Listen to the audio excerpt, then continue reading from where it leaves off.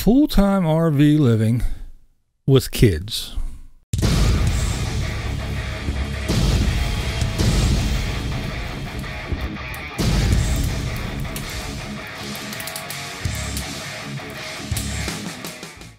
What's up, blind viewers? How's everybody doing today? All right, let's start out with a shout out.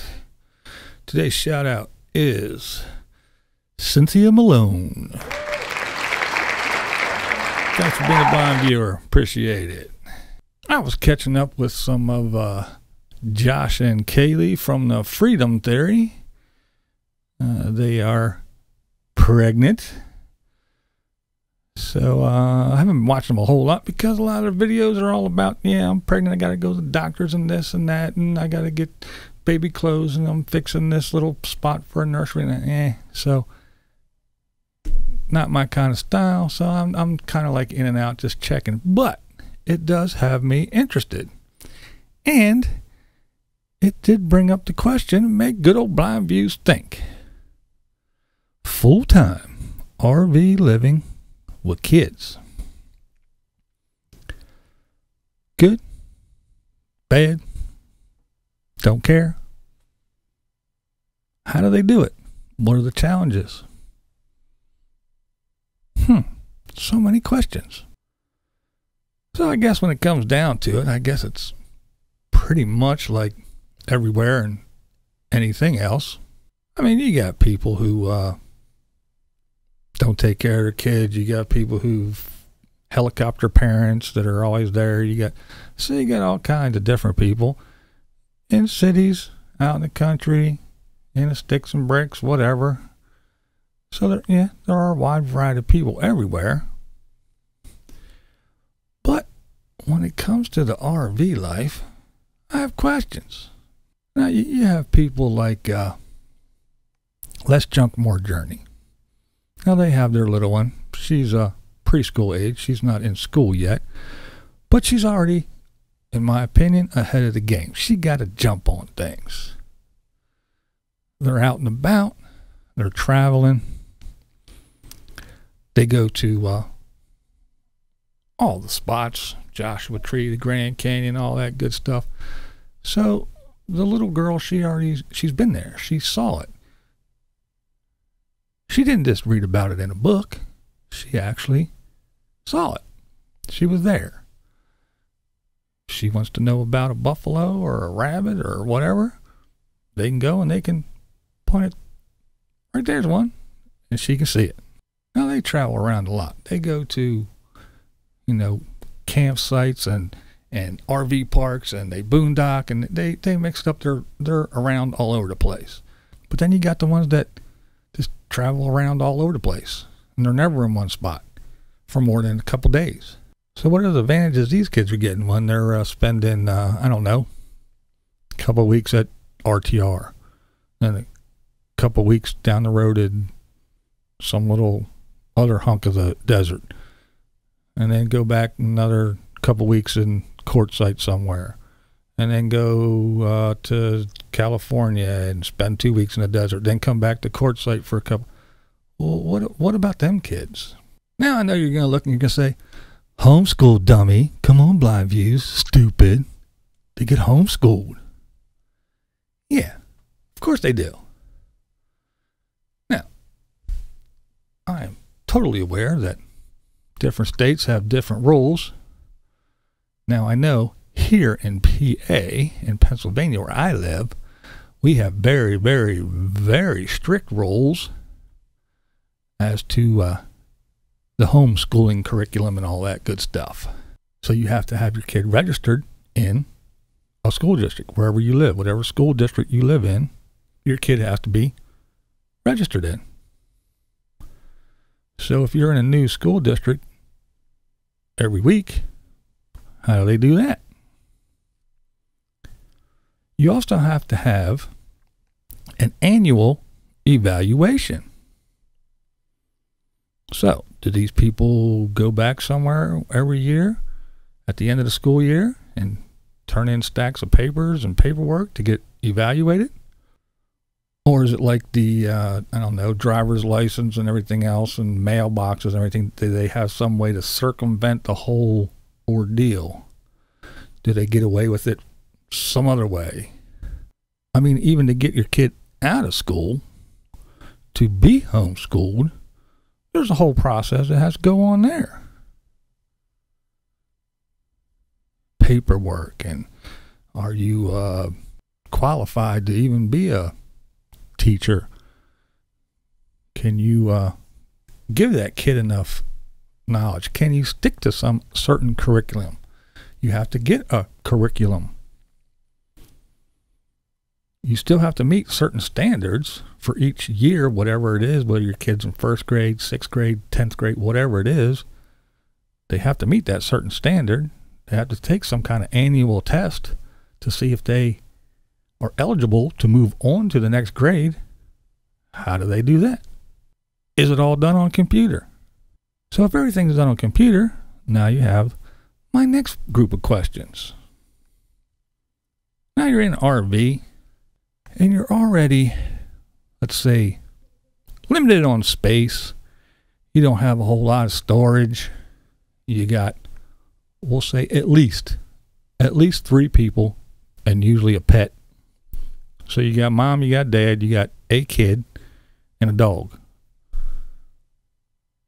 So now you have to have a computer, and most importantly, reliable and constant connectivity. So much like the guy who is working remotely has to have that connectivity, so does the homeschool student. Now, on top of that, you have to have some kind of a workspace. Has to be semi-quiet so the kid can concentrate and study and get the work done. So now what if you have more than one kid and you're doing this?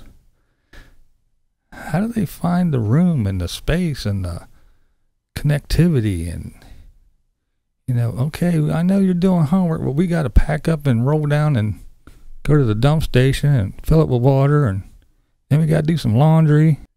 And then if you're part of a little group or something, well, now you got everybody outside in a circle around the campfire, drinking and eating and hooting and hollering and talking and carrying on and greeting and running back and forth, and dogs and everything else going. So, I don't know. When do these kids get study time, quiet time? When you see everybody running around doing all their stuff, and their parents are YouTubers recording their lives, and they're out and about, well, where are the kids and what are they doing? Are they learning about jackrabbits and rattlesnakes, or are they planning a trip to Gettysburg to learn about the Civil War? Or are they just going to be like, if they lived in a sticks and bricks, they're just going to sit in an RV in the desert and look it up on the computer? And then you got social skills. What about the social skills that you learn being in a classroom environment? Yeah, I know nowadays it's all about, oh, it's terrible, and there's bullies, and there's this, and we need a safe space, and yeah, I know about all the sensitive, oversensitive snowflakes and all that, and it's just a horrible thing, but you get social skills. You can't put your kid in that bubble, and then when they're 18, 19, shoo them off into the real world, and they're like, but mommy told me I could be whatever I wanted to, and she said I was special, and she never said no, and I never got in trouble because that would hurt my soft little feelings. And now I'm out here in the real world, and nobody cares how you feel. What about extracurricular activities, which you can add into the social aspect? Playing sports, softball, baseball, football, drama club, whatever it may be. What about all that? Oh, but they have the great outdoors and they're living free. They don't need none of that. Horseshit. What about prom? What are they going to do about prom? What are they going to do? Get a bunch of 50, 60-year-old RVers and build a trestle in the middle of the desert and throw some disco lights on the side of the trailer and play some good old music and say, there you go, kids, here's your prom. Now, I'm not trying to assume or speculate or cast aspersions on the RVers and their lifestyle and having kids with them all the time. It's just questions. It's just questions. I just have these questions. And as I stated in the beginning, yes, you don't have to be an RVer to be a bad parent or make bad decisions or put your child in a not the perfect situation to learn and all that. Yeah, I get it. It happens all over. But when you're in a neighborhood and your kid's going to school, or if you're in a neighborhood and your kid is homeschooled, it still has that area around of friends and camaraderie, and they can go out and do things with their friends. And I know the homeschooling community in the area, they actually all get together and they do have a little homeschool prom and things like that. And there is weekend activities where the homeschoolers can actually get together and go do stuff. So yeah, it's even different when you're homeschooled in the sticks and bricks. But now you put your house on wheels and you drive it all over the country. Again, these are these things that I think of. What do these kids do? How do they do it? How do you register? Or don't you? You just blow it off. Worry about it later. Do you get evaluated?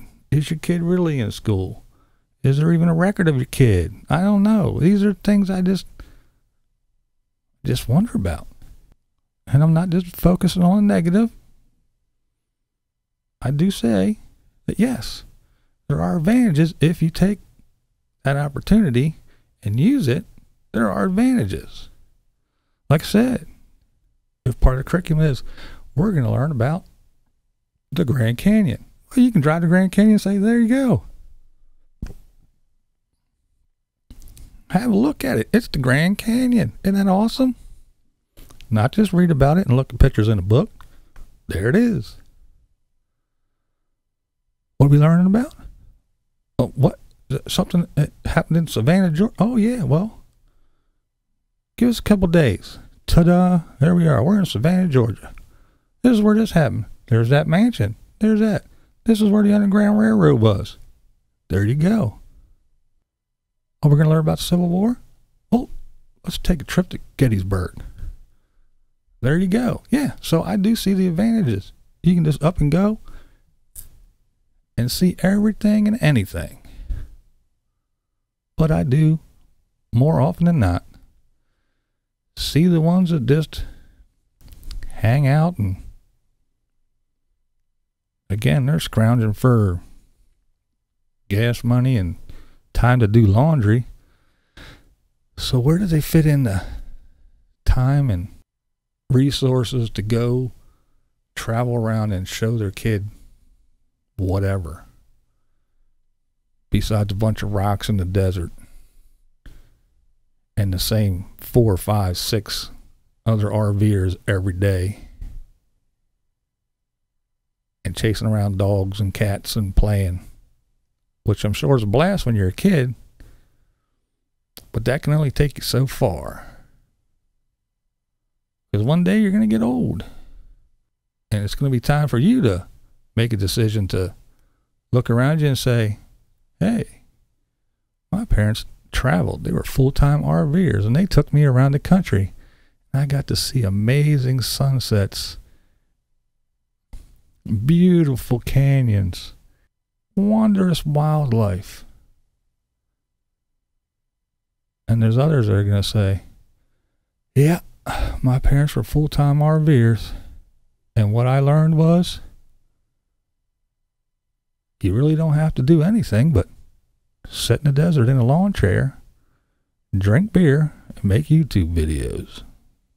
This is BlindViews, and that's the way I see it. What we do here is go back.